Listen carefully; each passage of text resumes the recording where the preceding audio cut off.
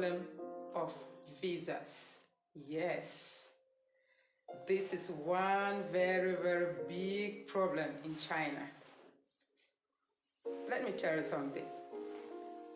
Do you know that when someone leaves his or her country and he gets into China, the visa that he takes from his country to get to China is only 30 days. That is, after 30 days, you must renew your visa. If you don't renew the visa, it's going to get expired.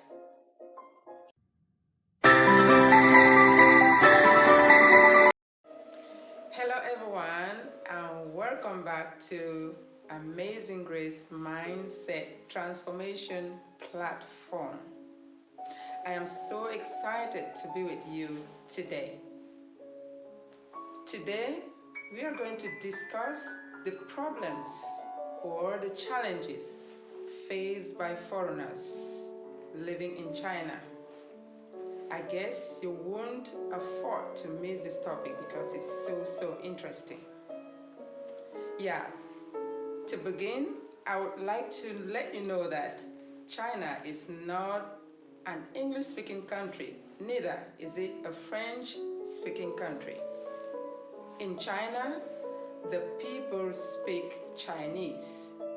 And for someone to have left his or her country to get to China without having learned the Chinese language is bound to encounter some difficulties. So the problem here is language barrier. Many foreigners who get to China have that difficulties. They have the difficulties to speak Chinese.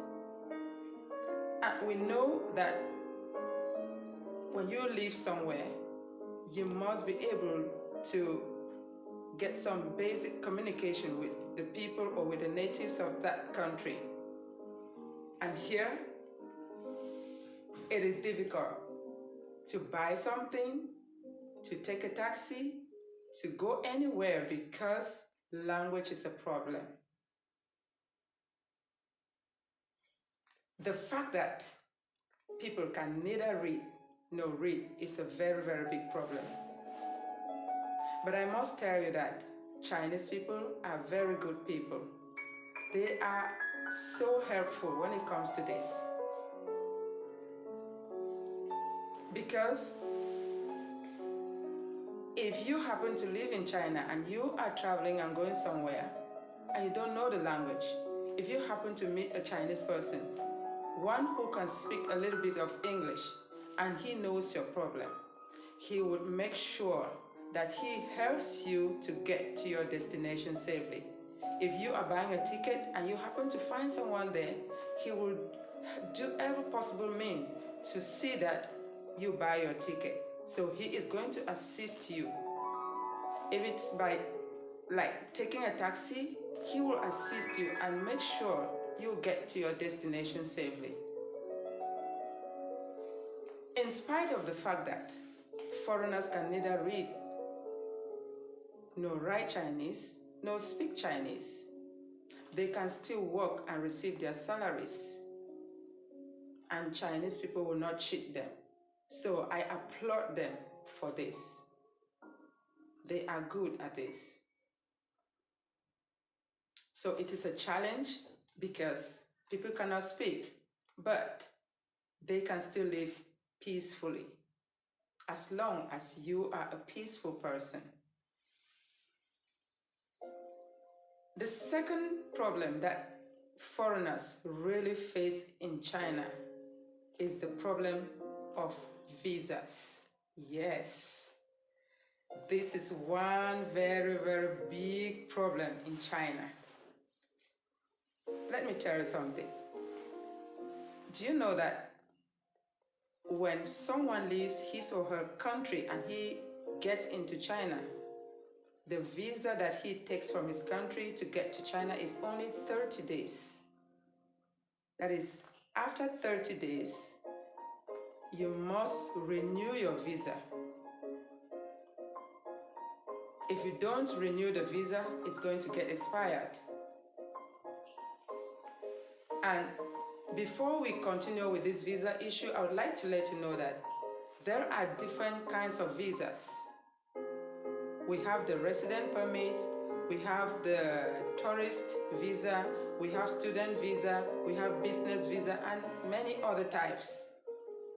And most often, when people leave their countries and they come to China, some of them do not even know the kind of visas that they hold. Some visas are meant for long stays and some visas are for short stays.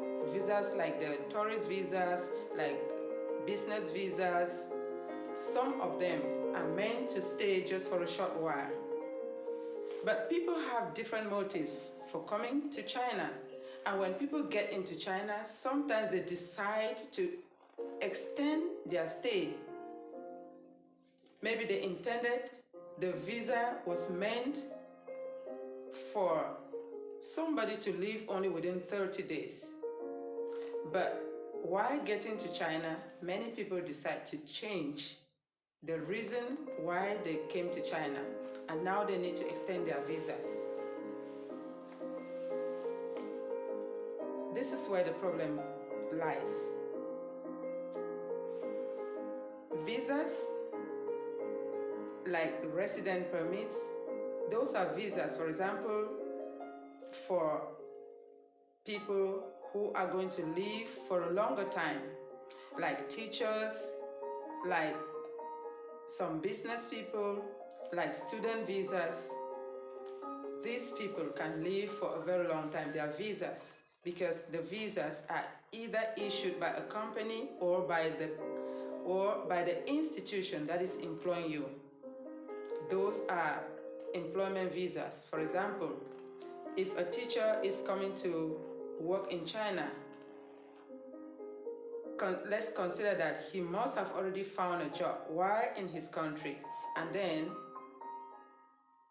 the employing company will issue documents for him or her to apply for a visa. And when they get into China, they are going to take the responsibility to see that the visa will get extended within the given period. It is the same like student visas. Student visas, the students will need to get to their institutions, to their schools, and then the schools will also follow up to see that their visas are extended within the given period. But sometimes, because many people get into China, they don't even know what kind of visa they are holding because other people help them to apply for these visas. Sometimes they get here and they don't know, and their visas will get burnt. Or sometimes they might get here and decide to stay, and now they need to extend the visas. So the problem is that sometimes for this kind of situations, it is not easy to find where to extend the visa. There used to be agents. I mean, before 2008, before the Olympic Games, it was very easy to extend visas here. But during that period, because it's like the Chinese people wanted to limit the population or the number of people flowing into China, so they tightened the visa, the means of getting visas. It was easy to get visas through agents. But now it is a very difficult task because sometimes people would even find agents, and while you send your documents or your passport to the agents, either they allow your visa to get burned and then you will never see the passport again, or they would take the money, use the money and send the passport to you without putting a visa on it.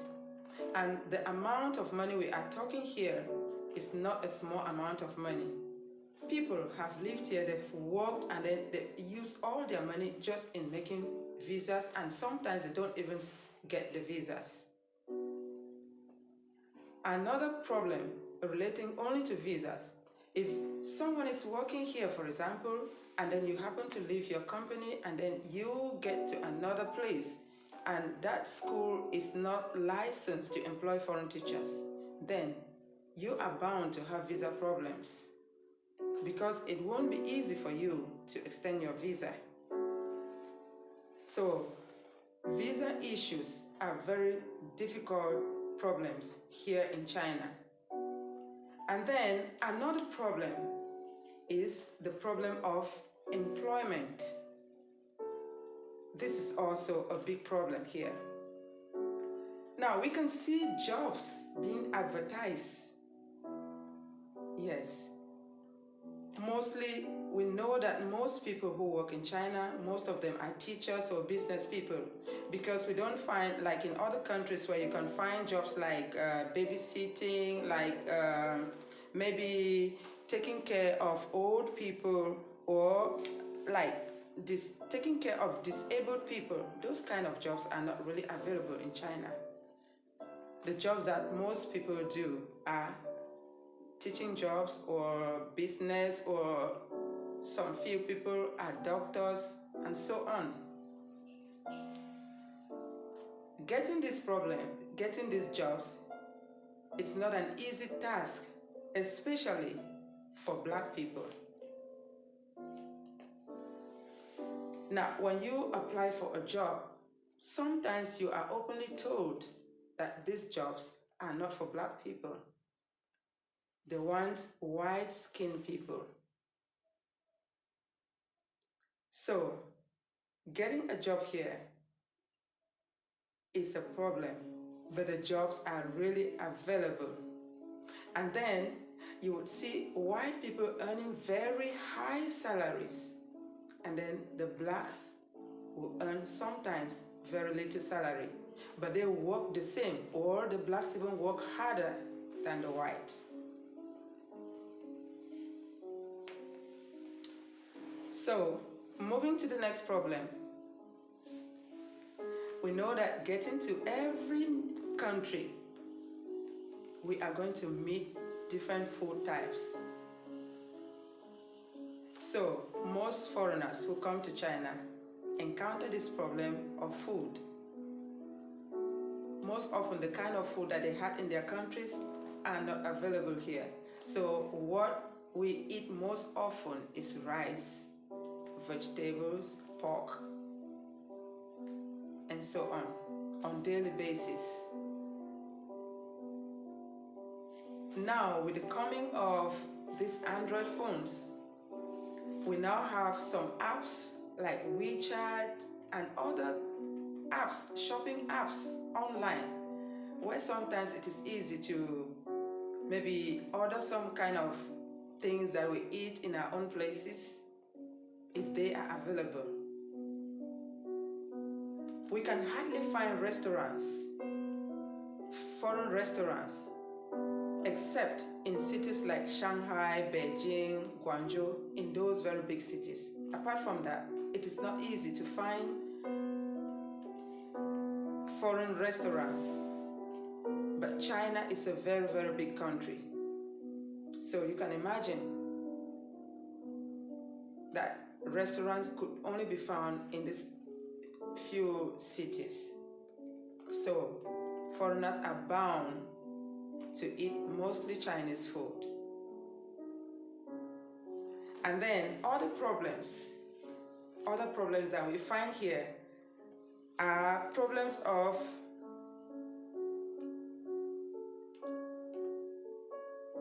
racial issues. Let me say racial issues. I'll call it racial issues. Yeah, because if a Black man happens to pass somewhere, sometimes they look at you from your head right to your toes. Some will come touching you. They will touch your body to see whether the color is coming out. Some will actually touch your body and clean to see if dirt are coming out of your body. I can remember an incident which happened with me. While I was walking on the street, at that time I had a baby. I was walking with one Filipino friend, and then with a baby, and then we got somewhere around the road. And this lady just walked to me, and I saw that lady held my hand, and she actually pressed my hand, cleaned, and then look at it, and then she asked whether do I bathe. She asked me whether am I bathing, and she said I'm looking so dirty. I didn't say anything because I have witnessed that in several occasions. So I just turned. When I was working with a baby, I had some wipes. You know, wipes are usually wet. So I just went there, I pulled out one wipe, and then I used that wipe to clean my hand thoroughly. At that time, she was talking.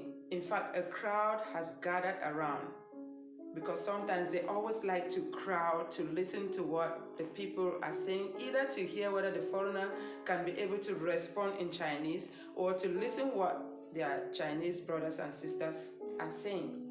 So I cleaned my hand, and then the wipe was still very white. You know, wipes, they are white. It was very white. And then I showed everybody. Then I took a second wipe, and then I held her hand, and then I cleaned it on her hand and cleaned, and the wipe changed the color, and everyone exclaimed. And then I asked, who is dirty? Is it me? Because I bathe every day. But one funny thing is that Chinese people don't bathe every day. But they say it out because it's part of their culture. They don't bathe every day. Sometimes they bathe like once in a week or twice a week. So that is just one of the problems that we encounter here. You walk on the street and someone will actually clean your body to see. Sometimes they do it, some of them just do it just to humiliate you. Not because they don't know that this is black color. But that day, I wanted to disprove the lady. Sometimes with this hair, you know, our hair is also different.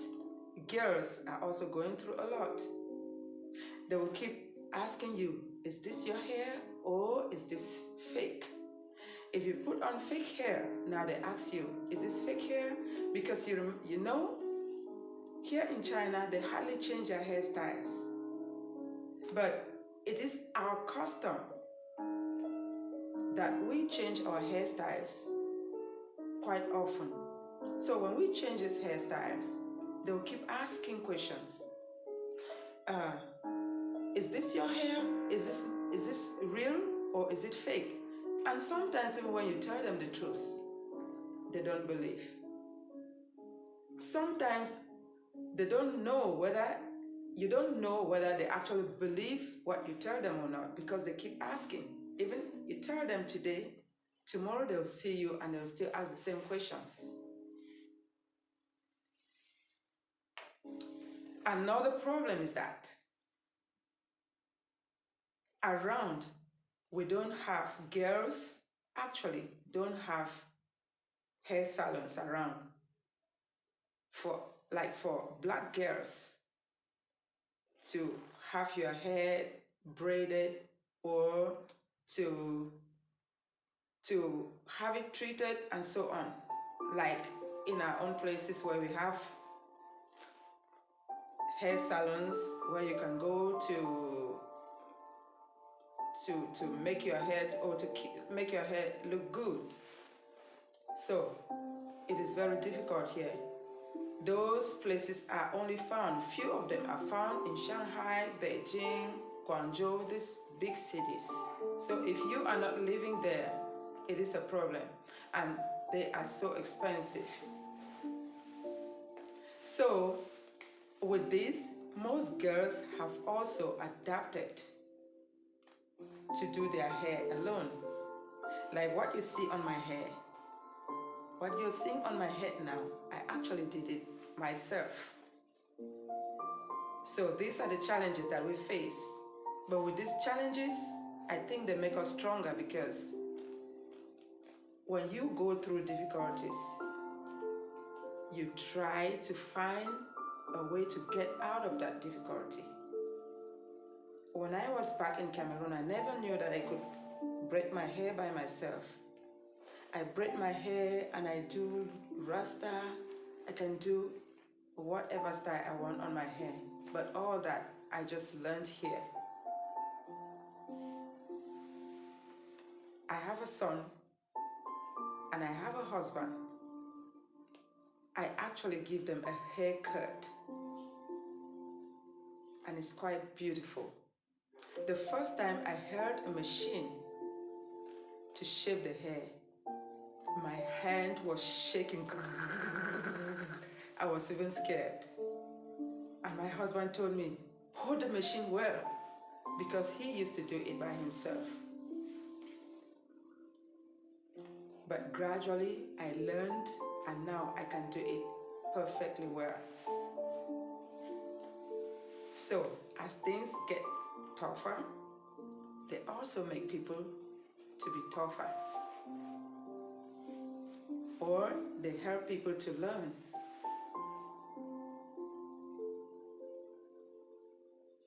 Actually,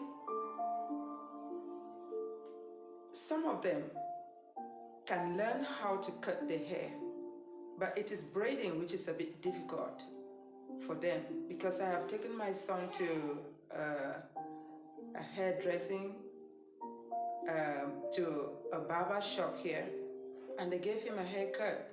Even though giving him a haircut, they had some difficulties, but I taught them how to do it, and they did it well. So, every place has its own problems. And if someone decides to live in a place, you must be able to know that you will encounter some problems and you should know how to find your way out. So another problem here is that having interracial marriages is difficult. I must praise the men who are married to Chinese girls, because I think they are really brave. Imagine these questions that they ask you left and right. Sometimes they ask you, do you have this in your country? Do you have this in your country? So all these questions, when married to a Chinese girl, the man is bound to receive all those questions too. Some men are married to Chinese girls, but you know, these Chinese girls, most of them have serious issues with their Chinese counterparts, because many of them think that mostly people from Africa are poor, and so they expected that if their children should get married to a foreigner, it should be somebody from America or from the Western countries, but not Africa. But it is only when some of the girls are now happily married to our men that the people now know that something juicy is found in that country. And let me tell you that their women love African men.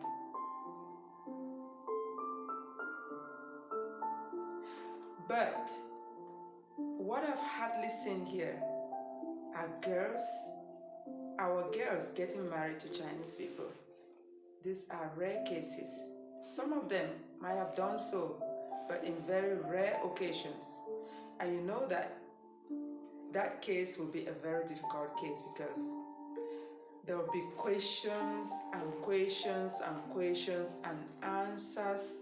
In fact, I know about a particular couple, one Cameroonian who is married to a Chinese, and there are a lot of questions. They ask them a lot of questions. But as I said, if you decide to stay in a place, then you have made up your mind and you know that you are bound to face some problems, and you would certainly look for ways to overcome them, because there's nowhere without problems, right? Yeah. So, apart from these problems, we have many other problems like making friends. Because of the language problem, it is not easy to actually make friends, because you can only make friends with somebody with whom you can talk and understand. Some of them want to make friends, some of them really want to make friends, but they find it difficult to communicate with people. So those are the major issues that I found here in China.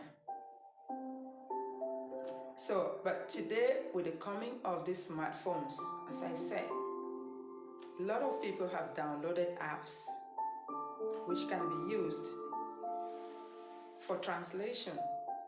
So that is how we manage to cope now. We use translation apps sometimes to translate information which is written in Chinese, or maybe while chatting with somebody, we have this app, the WeChat, which is both English and Chinese. It can be translated to Chinese and to English. So while a Chinese chat in Chinese, an English person can translate what they write and send to you into English. Then you read it, then you write also in English, send to them, and they can translate it and read and understand it in Chinese. So I have a lot of friends like that. We can only communicate through writing because they cannot understand English. But for the meantime, I am able to find my way with the English, with the Chinese language, because I can speak some Chinese, but not perfectly, but at least I can find my way. Not like when I just got to China, sorry, and I could not speak. It was so difficult. So, if you are planning to come to China, I hope this message will be helpful to you. Please, it's always good to understand how a place is before you can get there, so that you will be well armed. Hope to see you some other time. I love you so much, and I hope you continue to stay with me. Bye-bye.